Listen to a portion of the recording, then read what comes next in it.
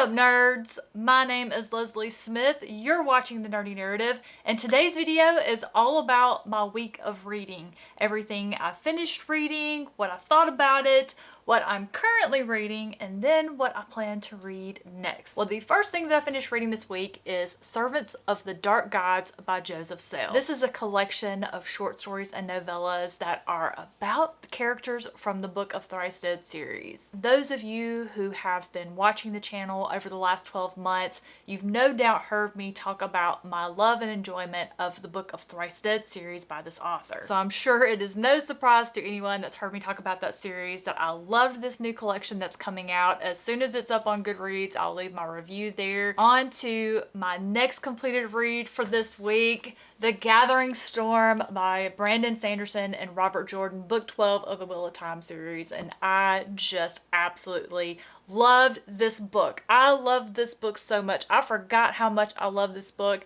and y'all, I have to be honest here. What I'm going to say next is probably going to raise some eyebrows, but you can go back through my content and verify this. Brandon Sanderson is an author who I either love what he's written or it doesn't work for me. So I don't say this lightly, but honestly, I feel that Brandon Sanderson, while he modeled the writing, and of course he had met with the author and his wife and knew what to put here, I think he made this series better. I think he tweaked it just a little bit. He stayed true to the story and the style, but he added a little bit of himself in here, especially the ending. If you have read anything by Sanderson, you know that there's always a sort of religious feel to his writing. At least that's my take on it. And how he ended this book, that moment feels like so many of the greatest moments that I have experienced in Sanderson's writing. So I just wonder, would I have loved it this much if Robert Jordan had written it alone? It's a question we'll never get answered, but absolutely love this book. The last book that I finished this week, I actually stayed up late last night to finish, A Haunting in the Arctic by C.J. Cook. Now, since I finished it late last night, I haven't sat down to write my review.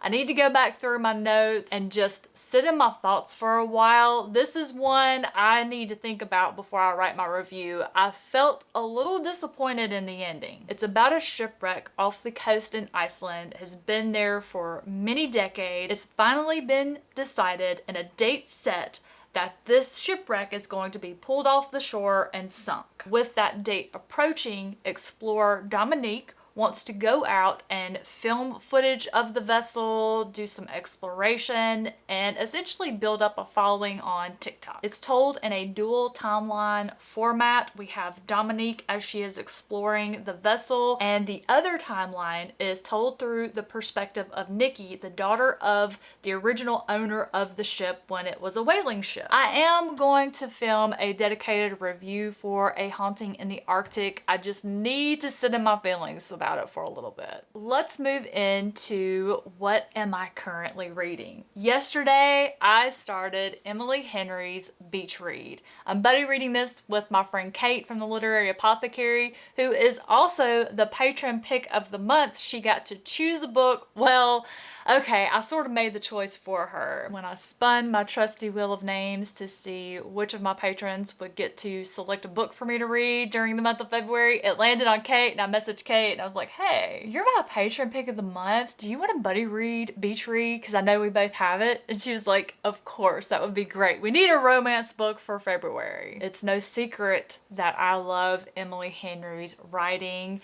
Further proven by the fact that I started this book yesterday morning and I almost finished it. I am addicted to this author's writing style. I love the bookish banter. When I saw in the book description that the main characters were two authors, I immediately was hoping that I was going to have some of that same bookish banter and humor that was in Book Lovers. I have not been disappointed. Our female main character writes women's literature, which usually gets shelved in the romance section, and she loves to give people happily ever afters. She's moved into a beach house that her father left her, and who happens to be her next door neighbor but her college rival, another author, a literary author who writes about the why that people do things. They make a bet that they have to write a book in each other's genre. Whoever wins has to help promote the other one's book and just do all of this fun stuff, and I have just been living for it. And this one kind of has a feel to it, like she's breaking the fourth wall, talking about authors and writing, and just absolutely love it. I know I'm gonna finish this one today. I literally cannot wait. In addition to reading Beach Read, I'm also working my way through the collection Out There Screaming, edited by Jordan Peele. The first one is called Reckless Eyeballing by N.K. Jemisin. This one felt very nostalgic of a Twilight Zone episode. I really enjoyed it. The next one in the collection was Eye and Tooth by Rebecca Roanhorse, and that would be my favorite of the collection so far. It's a very familiar story. It's one that's been written many times before. I'm sure it will be written many more times. Obviously, it's a trope that I enjoy reading about, especially when you have authors like Rebecca Roanhorse that put their own unique spin on it. So I really enjoyed that one. Next in the collection is Wandering Devil by Cadwell Turnbull. This was a literary horror piece that it missed me. I wasn't quite sure of what happened. It had a very speculative ending. There's a character mentioned in the story that I bet actually exists. I bet there's some folklore, urban legends around that character. I need to go look it up because I think if I understand who that character is, this one will mean more to me. So I need to do that and check back in with y'all. And then the last one that I have read so far is Invasion of the Baby Snatchers. With a title like Invasions of the Baby Snatchers, I'm sure you all can guess what that one is about. Another familiar trope, but I think that's the purpose of the collection, judging from something that Jordan Peele wrote in his foreword. I view horror as catharsis through entertainment.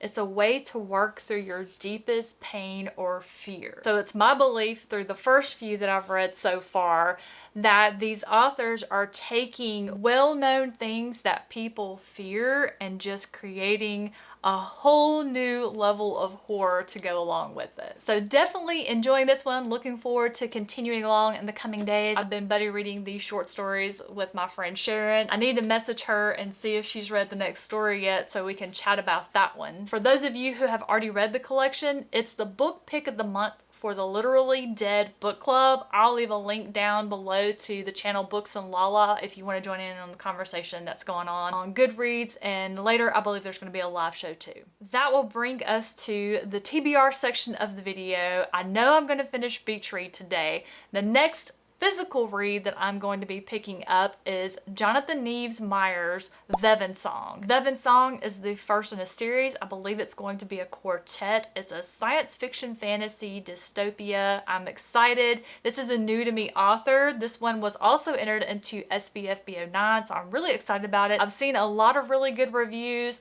The book description, the premise, I am extremely curious to see how this is going to be brought to life on the pages. I'm most excited for the world building in this one, I believe. Jonathan Neves Myers is not the only new to me author on this TBR this week. I'm going to also get started on The Puzzle Master by Danielle Trussoni. And once I get finished with those two, I'm going to continue my Dresden Files reread. I have one more short story and side jobs to read that is called Love Hurts. And then I will finally be to my favorite book in the entire Dresden Files series. I don't know which I am more excited about. Me rereading Changes or Chris reading it for the first time and getting to hear all about it. That is going to do it for me for this week. Those are all the books that I finished reading. Like I said, if I have my written reviews ready, I will have those linked in the description below. I'll also link the books that I'm currently reading, those that I'm about to read, so that you can check out the book descriptions and see if they're ones you are interested in, so you can check back next week and see what I think once I finish them. I hope you've had an amazing week. I hope you had a good Valentine's Day. If it wasn't with someone you love, I hope it was at least with a book you love. Thank you all so much for watching. Have a great rest of your day, and I'll catch you in the next one.